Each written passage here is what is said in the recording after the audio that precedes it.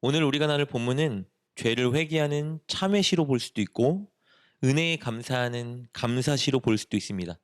왜냐하면 죄를 지은 다윗이 하나님께 진심으로 참회했을 때 하나님께서 그 죄를 용서해 주시고 그를 회복시켜 주신 것을 노래하고 있기 때문입니다. 그래서 1차적으로는 죄를 회개하는 참회시로 볼 수 있고 2차적으로는 하나님의 용서와 회복의 은혜에 감사하는 감사시로 볼 수 있는 것입니다. 다윗은 자신이 하나님께 죄 사함을 받았던 경험을 근거로 하여 진짜 복 있는 자, 즉 진짜 행복한 자가 누구인지 선언합니다. 1절, 2절 말씀입니다. 허물의 사함을 받고 자신의 죄가 가려진 자는 복이 있도다. 마음에 간사함이 없고 여호와께 정죄를 당하지 아니하는 자는 복이 있도다. 다윗은 먼저 1절에서 허물과 죄라는 이 두 단어를 통해서 인간이 죄인임을 말해줍니다. 여기서 허물은 신하가 왕에게 반란을 꾀하는 것을 가르치는 정치적인 용어입니다. 즉 허물은 하나님의 뜻을 따르지 않고 하나님의 뜻에 반역하는 행위를 가리키는 겁니다. 그리고 죄는 표적에서 벗어난 행위를 뜻합니다. 즉 죄는 하나님이 설정하신 삶의 기준과 행동에서 벗어난 행위를 말하는 것이죠. 그렇다면 죄인은 누구인가? 허물이 있고 죄가 있는 사람입니다. 하나님의 뜻이 아니라 자기가 원하는 대로 행동하는 사람, 그리고 세상을 따르고 세상이 요구하는 대로 행동하는 사람, 그런 자가 죄인인 것이죠. 이런 사람이 누구죠? 바로 하나님을 떠난 모든 인간입니다. 그렇다면 사실 우리 모두가 허물과 죄를 가진 죄인이었던 것이죠. 다윗은 자신이 그런 자였던 것을 인정합니다. 그렇다면 이런 자의 최후는 어떻게 돼야 마땅할까요? 창조주이자 이 땅의 왕이신 하나님의 뜻에 반역하고 그분이 설정한 삶의 기준과 행동을 벗어나서 행동하는 사람들, 어떻게 돼야 마땅하죠? 당연히 처벌받고 심판받아야죠. 그런데 하나님께서 이렇게 반역하고 죄를 지은 인간의 죄를 용서해 주시고 가려 주신다면 이보다 더 큰 복이 어디 있겠습니까? 하나님께 반역하고 하나님이 원치 않던 행동을 일삼고 살았는데 이 모든 것을 하나님께서 용서해 주시고 다시 친밀한 관계를 회복시켜 주신다면 이보다 더 큰 혜택이 어디 있을까요? 다윗은 그것을 고백하고 있는 겁니다.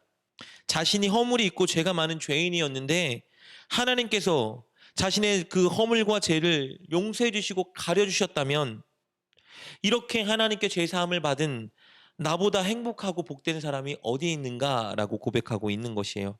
그리고 자신이 용서받은 이 간증에 대해 더 구체적으로 말합니다. 가장 먼저 다윗은 자신이 죄를 지었으나 그것을 회개하지 않고 고집부리던 상태에 대해 묘사해 줍니다. 3절 4절 말씀입니다. 내가 입을 열지 아니할 때에 종일 신음함으로 내 뼈가 쇠하였도다. 주의 손이 쥐하로 나를 누르시오니 내 진액이 빠져서 여름 가뭄에 마름같이 되었나이다. 3절에서 내가 입을 열지 아니할 때라는 표현은 다윗이 입을 열어 자신의 죄를 고백하고 회개하지 않았을 때를 가리킵니다. 다윗은 자신이 죄를 지었을 때 즉각 그 죄에 대해 진실하게 회개하지 않았던 경험이 있었습니다. 그때를 기억하며 간증하고 있는 거예요. 그때 그 사함받지 못한 죄의 결과로 그는 그의 뼈가 쇠하여지고 진액이 빠지는 경험을 했다고 말하고 있죠. 여기서 뼈가 쇠하였다라는 표현은 우리 진짜 육신이 가진 뼈를 의미하는 것이 아니라 영적인 뼈를 의미합니다.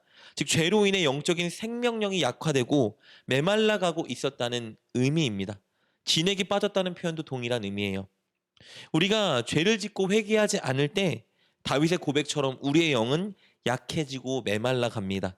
그렇게 된다면 당연히 하나님과의 관계도 멀어지게 되겠죠. 하나님의 임재도 하나님의 손길도 느낄 수 없기 때문에 영적으로 피폐해져 가는 것입니다. 다윗이 그런 경험을 했었던 거예요. 그때 다윗은 하나님께 자신의 죄에 대해 진심으로 회개했습니다. 그리고 하나님은 놀랍게도 그가 회개하자 그를 용서해 주셨습니다. 5절입니다. 내가 이르기를 내 허물을 여호와께 자복하리라 하고 주께 내 죄를 아뢰고 내 죄악을 숨기지 아니하였더니 곧 주께서 내 죄악을 사하셨나이다. 셀라. 이 놀라운 은혜와 복을 경험한 다윗은 이 시를 듣는 자들에게 권면합니다. 당신들도 회개하고 죄를 돌이키는 경건한 자가 되어서 하나님을 만나고 하나님과 교제할 그 은혜의 기회를 얻어야 합니다. 그럴 때 하나님은 당신들을 지켜 보호해 주시고 구원해 주십니다. 이렇게 고백해요. 우리 6절 7절 말씀입니다. 이로 말미암아 모든 경건한 자는 주를 만날 기회를 얻어서 주께 기도할지라 진실로 홍수가 범람할지라도 그에게 미치지 못하리이다. 주는 나의 은신처시오니 환난에서 나를 보호하시고 구원의 노래로 나를 두르시리이다. 셀라. 이렇게 권면한 다윗은 끝으로 이런 자신의 경험을 바탕으로 이제 회중들에게 옳은 길에 대해 선언해 줍니다. 8절 9절 말씀입니다. 내가 내 갈 길을 가르쳐 보이고 너를 주목하여 훈계하리로다. 너희는 무지한 말이나 노새같이 되지 말지어다. 그것들은 제갈과 굴레로 단속하지 아니하면 너에게 가까이 가지 아니하리로다. 9절에서 말하는 이 두 짐승, 무지한 말 그리고 노새는 제갈과 굴레로 위협하지 않으면 순종하지 않는 미련한 짐승입니다. 즉 때리지 않으면 패지 않으면 말을 듣지 않는 짐승이에요. 이 두 짐승은 하나님께서 심판과 재앙을 주지 않으면 절대 회개하지 않는 어리석은 죄인을 가리킵니다. 다윗은 이 두 짐승처럼 되지 말라고 선포하죠. 이 말은 늘 자원하여 하나님께 속히 회개하는 자가 되라고 권면하고 있는 것입니다. 그렇게 회개할 때 하나님의 인자하심이 영원히 함께할 것이라는 소망의 메시지를 선포합니다. 10절입니다. 악인에게는 많은 슬픔이 있으나 여호와를 신뢰하는 자에게는 인자하심이 두루리로다. 사랑하는 여러분, 오늘 본문은 우리에게 가장 복 있는 자, 가장 행복한 자가 누구인지 가르쳐 줍니다. 저와 여러분입니다. 분명히 죄를 지었지만 그 죄를 사함받은 자, 그리고 그 죄가 가려진 자가 복 있는 사람입니다. 그래서 하나님께 나아갈 수 있고 하나님과 교제할 수 있고 영생이라는 선물을 얻은 자, 그 사람이 가장 행복한 사람이에요. 바로 우리죠. 우리는 이 죄사함의 은혜를 잊고 살아갈 때가 너무나 많습니다. 너무 당연해서 너무 쉽게 얻은 것이라 당연히 여기고 살아갈 때가 많아요.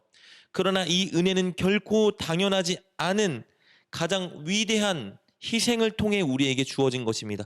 예수님의 십자가 죽음을 통해 우리에게 주어진 것이죠. 그렇다면 우리는 이미 너무 복된 조건, 가장 행복할 수 있는 조건, 가장 감사한 조건을 가지고 있는 사람들입니다. 죄사함을 받아 구원받은 은혜를 얻었기 때문이죠. 오늘 이 죄사함의 은혜, 구원의 은혜를 기억하고 생각하며 하나님께 감사하고 찬양하는 우리가 됩시다. 그리고 일평생 살아가며 그 은혜를 날마다 기억하고 묵상하고 감사하는 행복한 우리가 될 수 있기를 주님의 이름으로 축복합니다. 기도하겠습니다. 용서와 회복의 하나님, 하나님께 반역하고 죄를 지은 우리를 용서해 주시고 우리의 죄를 가려주시니 너무 감사합니다. 늘 자그마한 죄라도 하나님께 즉각 회개하고 하나님이 원하시는 삶을 살기 위해 노력하는 우리가 되게 하여 주옵소서. 그리고 우리에게 베풀어 주신 용서와 구원의 은혜에 감사하고 기뻐하는 우리가 되게 하여 주옵소서. 예수님의 이름으로 기도드립니다. 아멘. 오늘 말씀을 통해 깨닫고 결단한 것은 무엇입니까? 그것을 붙들고 하나님께 기도합시다.